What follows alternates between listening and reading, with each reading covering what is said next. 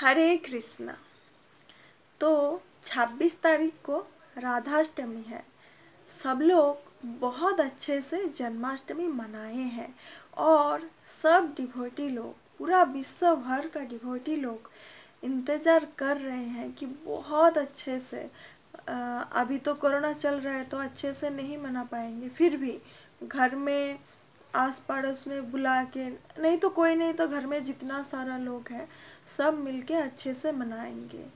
तो चलिए आज राधा रानी के बारे में कुछ आलोचना करने की कोशिश करते हैं। बहुत सारे डिवोटी लोग और बाहर का भी कुछ कुछ लोग ये पूछते हैं कि हम राधा कृष्णा एक साथ बोलते हैं, हम लोग चैंटिंग करते हैं, हरे कृष्णा कृष्ण कृष्ण हरे हरे, हरे राम राम राम हरे हरे। तो ये जो हरे है, हरे का मतलब है राधा रानी। और तो हम लोग राधा कृष्ण हर टाइम नाम ले रहे हैं एक साथ। तो फिर ऐसा क्यों होता है कि गीता में राधा रानी का नाम नहीं है और श्रीमद् भागवतम में भी राधा का नाम नहीं है? तो फिर ऐसा भेदभाव क्यों हुआ? राधा रानी कृष्ण के साथ तो एक साथ बुलाया जाता है। तो चलिए इसको क्लियर करने की कोशिश करते हैं। हम लोग शास्त्रों में पढ़े हैं कि सुखदेव गोस्वामी परीक्षित महाराज को श्रीमद् भागवतम का ज्ञान दे रहे थे। तो तब परीक्षित महाराज के पास 7 दिन का टाइम था। तो पूरा 7 दिन श्रीमद् भागवतम का कथा सुनाना था। तो सुखदेव गोस्वामी ये जो राधा तत्व है ना, ये बहुत ही ऊपर लेवल का है। जैसे हम लोग गीता पढ़ते हैं तो गीता हुआ प्राइमरी लेवल, जैसे प्राइमरी स्कूल में हम लोग पढ़ते हैं, और श्रीमद् भागवतम जो है वो है कॉलेज लेवल का। और उसके ऊपर भी एक शास्त्र है चैतन्य चरितामृत, वो है यूनिवर्सिटी लेवल, मतलब एकदम हायर लेवल। और ये जो राधा दत्त है ना, एकदम ही ऊपर वाला है। तो जब हम लोग भक्ति में एंटर करते हैं तब हम पहले क्या करते हैं, गीता पढ़ते हैं। तो गीता में जो प्राइमरी जो भक्ति है उसके बारे में आलोचना है, ताकि आसान तरीके से सब लोग भक्ति में आगे बढ़े, भक्ति का परिचय कर पाए। उससे थोड़ा ऊपर है श्रीमद् भागवतम।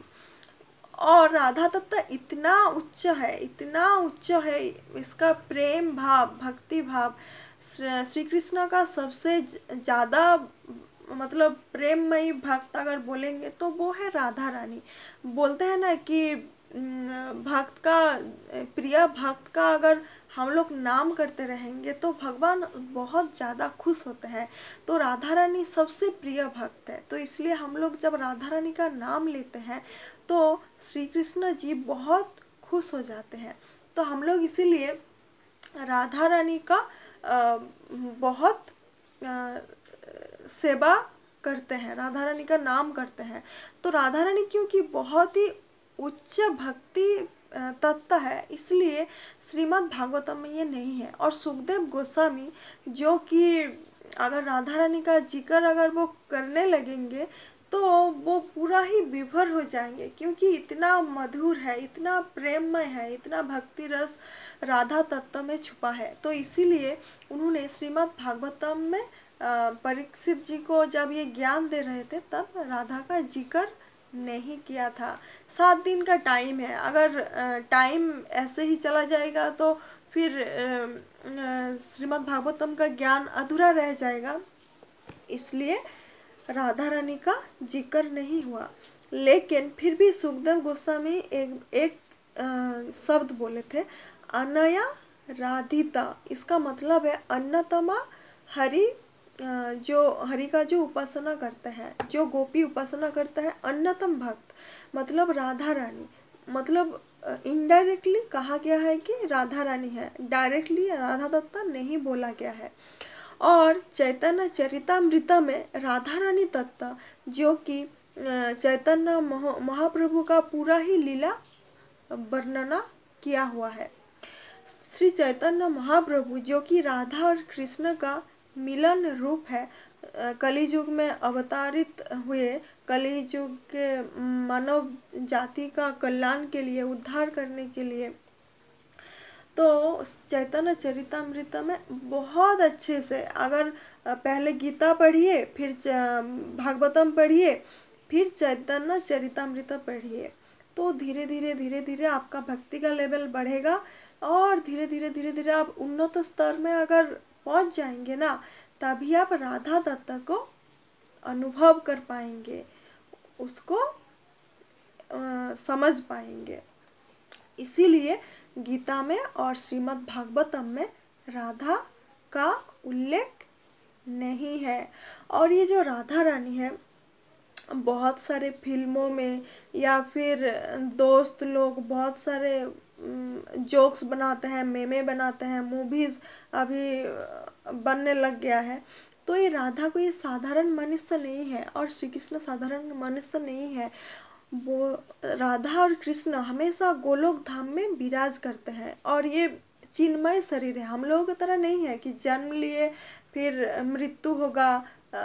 उन लोग धराधाम में अवतारित हुए थे, मानव शरीर बाहर से दिखता था, लेकिन हम लोग जैसे बाहर मटेरियल चीज़ में हम लोगों को इफेक्ट पड़ता है, उन लोगों को इफेक्ट नहीं पड़ता है। तो ये जब श्री कृष्ण अवतार लिए थे, तब उन्होंने रासलीला के बारे में सोचने लग गए थे। तो सोचते सोचते उनका जो बायां हिस्सा था, लेफ्ट साइड, बॉडी का लेफ्ट साइड, वो कांपने लग गया था और उसी में से राधा रानी का उद्भव हुआ, जो कि पुष्प चयन में श्री कृष्ण का चरण की तरफ धावित होने लगा था सेवा करने के लिए, महान भक्त। तो श्री कृष्ण से ही आह्लादिनी शक्ति है, श्री कृष्ण का आह्लादिनी शक्ति, श्री कृष्ण का सेवा करने के लिए धावित हुए थे।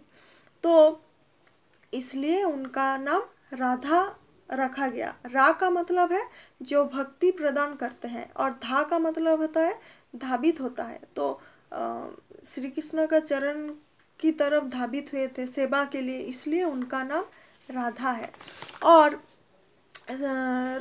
श्री कृष्ण का 3 मेन शक्ति है। आह्लादिनी शक्ति जो कि आनंददायक है, वो है राधा रानी। और संबित शक्ति जो है बलराम के रूप में अवतार हुए थे। और संदिनी शक्ति जो है नित्य सब कुछ धारण करके रखता है, जो कि है जोग माया, जो कि मटेरियल वर्ल्ड में लोग दुर्गा के नाम, महामाया के नाम से पूजते हैं, लेकिन उनका और एक रूप है जोग माया, जो कि कृष्ण की एक शक्ति है, संदिनी शक्ति। तो इसीलिए जो आह्लादिनी शक्ति है राधा रानी, उनका हम लोगों को राधाष्टमी में राधा तत्व के बारे में आलोचना करना है, राधा रानी की लीला के बारे में आलोचना करना है और बहुत ही डीपली से, अच्छे से समझाना होगा। नहीं तो बहुत कोई लोग, बहुत संप्रदाय के लोग ये समझ नहीं पाते हैं। तो चलिए राधाष्टमी अच्छे से मनाते हैं और ज़्यादा से ज़्यादा चैंटिंग करते हैं। और दोपहर के टाइम राधाष्टमी का अभिषेक करते हैं और जो पंचामृत है, दूध, दही, घी, मधु और शुगर का पानी, ये सब अभिषेक के पानी में देना होगा। और जो गाय का 5वां द्रव्य है वो भी देना होगा। तो चलिए, और राधा रानी का जो प्रणाम मंत्र है, तप्त कांचन गौरांगी राधे वृंदावनेश्वरी वृषभानु सुता देवी प्रणमामि हरि प्रिय, ये अच्छे से बोलना है और पूरा दिन चैंटिंग करना है। निर्जला उपवास कीजिए, नहीं होगा तो फल खाइए और अच्छे से राधाष्टमी पालन कीजिए और ये जो मिसअंडरस्टैंडिंग है इसको निकालिए। तो चलिए अच्छे से राधाष्टमी पालन कीजिए।